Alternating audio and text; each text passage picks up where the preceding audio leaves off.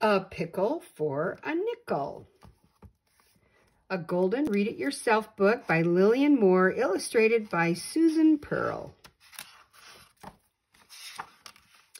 Mr. Benjamin Bumble lived by himself in an old brown house on Roundabout Road. Well, he did not really live there all by himself. He had a parrot. Mr. Bumble liked his parrot very much, but you will not guess why.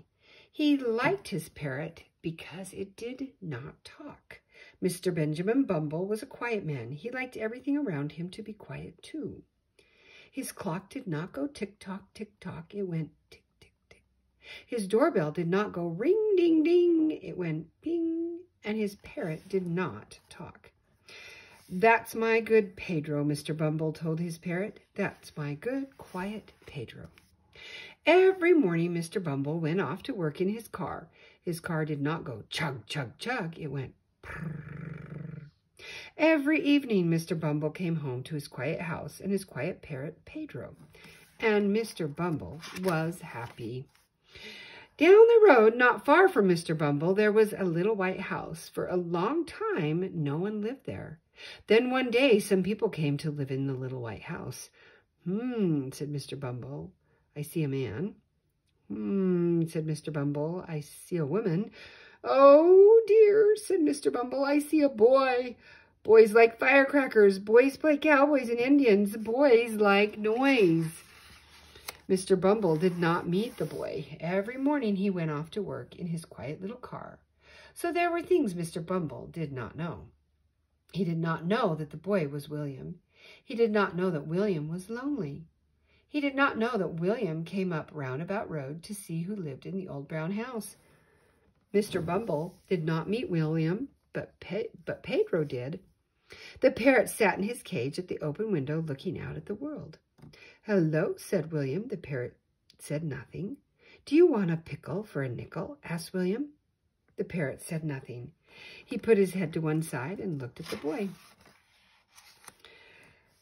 After that, William could not keep away from the parrot. Every day he came up Roundabout Road to the old brown house. Mr. Bumble never did see him, but Pedro did every day.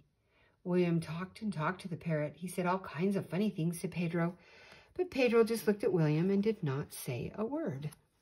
One evening, Mr. Bumble came home from work in his quiet little car and went into his quiet house. All at once, there was a loud cry. "Want a pickle for a nickel?" Mr. Bumble jumped back. Who was in his house? There was another scream. "Pickle, pickle, pickle for a nickel!" Mr. Bumble ran into the living room. It was Pedro screaming in his cage. Quickly, Mr. Bumble put the cover over Pedro's cage. Now Pedro was quiet again, but poor Mr. Bumble. He was so upset he could not eat his supper. "Dear me," thought Mr. Bumble, "I hope he is better in the morning." But in the morning, Pedro screamed, "Jack and Jill went up the hill to get a pickle for a nickel." And in the evening, Pedro screamed, "Yankee Doodle went to town, macaroni, get the macaroni." After that, there was no more quiet for Mr. Bumble. He did not know what to do. Then one morning, Mr. Bumble looked out the window. He looked at the little white house and saw the boy sitting outside all by himself. "Firecrackers, cowboys and Indians, boys like noise," said Mr. Bumble. Mr. Bumble took the cage with Pedro in it. Then he walked down Roundabout Road just as fast as he could. He walked right up to the little white house. He walked right up to William. "Boys," said Mr. Bumble, "do you want a parrot?" William looked at Pedro. He looked at Mr. Bumble. "A parrot," cried William. "For me?" "I do not want this parrot any more," said Mr. Bumble. "Are you sure?" asked William. He could not believe it was true. "Are you sure?" Oh, yes, said Mr. Bumble. "I am sure. Pedro talks too much. He was a nice, quiet bird. Now he talks and talks. I don't know what's happening to him. Do you want him?" William wanted to say, "Oh, yes, I do." But first he had to do something. He ran into the house. He ran right out again because his mother said, yes, he could have the parrot. "Come, come," said Mr. Bumble. "Do you want the parrot?" William wanted to say yes, but first he had to say something. Maybe Mr. Bumble would not give him the parrot after all, but William had to say it. Mr. Bumble, said William. I didn't know you wanted a quiet parrot. I was the one who made him talk. You, said Mr. Bumble. He put Pedro's cage down. Well, then, he said, you made him talk. Now you will have to keep him. Good day.